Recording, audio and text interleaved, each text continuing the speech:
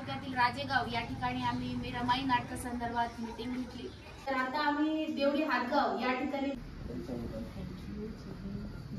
आता भाऊ कुठे आलात आपण? देवडी हातगाव बाबासाहेब गायकवाड। आज गाडीवर हा फुलांचा वर्षाव म्हणजे आमचं स्वागतच झाल्यासारखं वाटतंय। तर हे दृश्य पाहून खूप भारी वाटलं। तर बघूया आजचा दिवस कसा जातो आहे आमचा। जय भीम सगळ्यांना।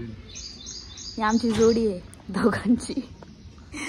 प्रचंड संघर्ष आणि मेहनत आम्ही करत आहोत रमाई घराघरात पोहोचवण्यासाठी। आज एका ठिकाणी थांबलो होतो का पाहुण्यांच्या घरी आणि गाडी बघा ना किती छान सजवली आहे। म्हणजे फुलांचा वर्षाव झाला गाडीवर जर बघितलं तर खूप भारी झाली आहे गाडी। आता आम्ही पुढच्या प्रवासाला निघालेलो आहोत।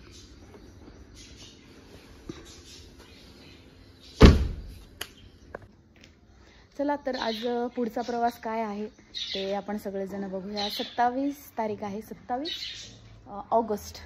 सो आजचा दिनक्रम काय आहे ते सगळं तुम्हाला माझ्या व्हिडिओमध्ये आणि ब्लॉगमध्ये बघायला मिळेल। सो थँक्यू, जय भीम। खूप अभिमान वाटतो की आता हे पहिलंच बौद्ध विहार आहे की ज्या बौद्ध विहारात मी रमाईचा पुतळा पाहिलेला आहे। तर सगळ्यांनी एकदा जोरदार टाळ्या वाजवा।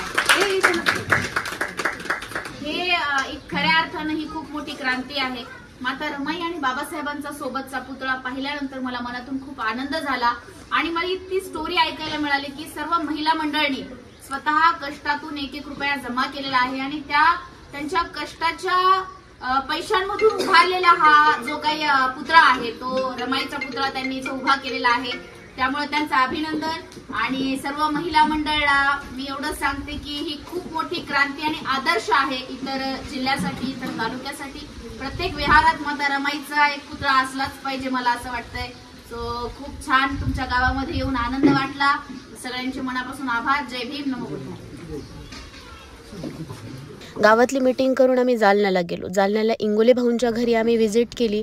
तर तिथे मला एक खूप छान अशा गोड गळ्याची एक क्यूट अशी मुलगी भेटली। तिचा आवाज पण मी तुम्हाला ऐकवणार आहे। आता सध्या आमचा घनसावंगी तालुक्यामध्ये नाटकाचा प्रयोग आहे, त्याची तयारी सुरू आहे।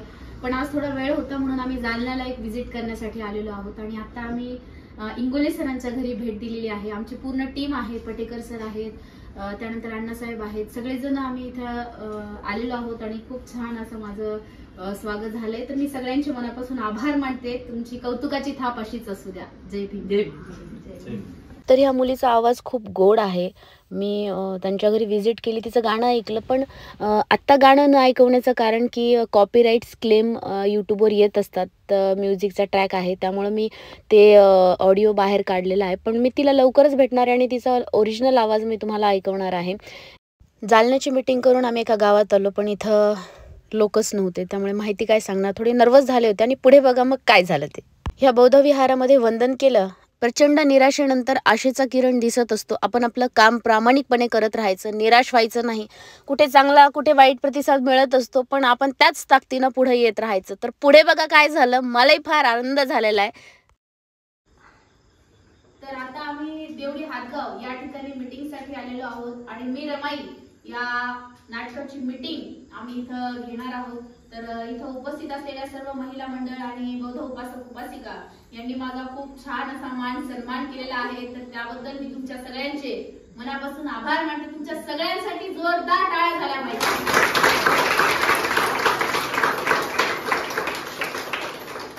तर 7 सप्टेंबरला संध्याकाळी ठीक 7 वाजता बहिरगाव गोलेगाव फाटा या ठिकाणी कोमल मंगल कार्यालय आहे, तिथे मी रमाई ह्या नाटकाचं आयोजन केलेलं आहे।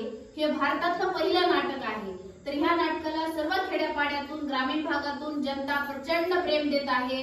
धाडसी रमाईचा इतिहास पाहण्यासाठी मी गाव खेड्यात, वस्ती वस्तीत, घराघरामध्ये जाण्याचं काम करत आहे। मला मोलाचं सहकार्य जे टीम करत आहे। घनसावंगी तालुक्यातील सर्व पक्षाचे सर्व कार्यकर्ते माझ्यासोबत उपस्थित आहेत आणि रोज माझ्यासोबत जे फिरतायत ते आमचे अण्णासाहेब साबळे आहेत, रोहित दादा आहेत आणि आता या गावातले जे मुख्य आहेत, जे इथं बऱ्यापैकी त्यांचं खूप चांगलं नेटवर्क आहे। तर दादांची पण मी मनापासून आभार मानते की तुम्ही सुद्धा मोलाचं सहकार्य केलं। ताई जर बघितलं तरी तर रोज ग्रंथ वाचन करतात. त्यांच्या माध्यमातून इथं महिलांमध्ये भरपूर प्रबोधन होतं. तर सगळ्यांचे मी आभार मानते. सगळ्यांनी नाटकाला या एवढी विनंती करते आणि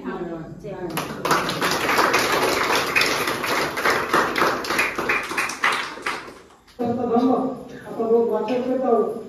याद्वारे आपण बुद्धाची शिकवण, बाबासाहेबांची शिकवण या अनुषंगाने आम्ही पाहत आहोत. त्याच पद्धतीने असे स्वाभिमानी रमाई आपल्याला देवताताई या ठिकाणी सांगणार आहे. तोच प्रयोग परत एकदा सांगतो. नाव प्रियंका पांडुरंगराव बाळे, मी परभणी जिल्ह्याची आहे. आता आज 27 तारखेला आम्ही दिवसभर काम करून सगळ्या मीटिंग करून गावागावामध्ये रमाई पोचून आता भाऊ कुठे आलात आपण? देवडी हातगाव. आणि कोणाच्या इथे जेवायला? बाबासाहेब गायकवाड. रोहित भाऊ पण जॉईन झालेले आहेत आमच्या सोबत. रोहित भाऊ ची ओळख करून द्यायची राहिलेली आहे मला तुम्हाला. ते आजपासून जॉईन झाले, म्हणजे तसं त्यांचा सपोर्ट खूप दिवसांपासून आहे, पण आज आणि काल 2 दिवसापासून ते आमच्या सोबत फिरतायत. आणि भाऊंच्या घरी जेवण चालू आहे. वहिनीच्या हातचं मस्त जेवण, मला माझ्या घरची आठवण आली आज. असंच ताट धरून असते, मस्त आवडीचं ते सगळं माझा. खूप छान आहे भाऊचं पण घर. तुम्हाला घराचा पण एक छानसा व्हिडिओ मी शेअर करणार आहे.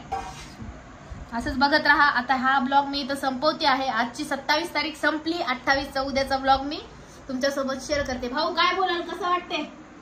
खूप आनंद वाटतोय. ताई आले आमच्या इथे जेवायला. खूप मस्त आनंद वाटतोय सध्या. तर आज भाऊच्या इथे जेवले, मन प्रसन्न झालंय. यांच्या गावातल्या विहारामध्ये गेले, खूप शांतता वाटली, रिलॅक्स वाटलं. आणि आता जेवण करून आराम करते. उद्या सकाळी भेटूया. जय भीम, नमो बुद्धाय.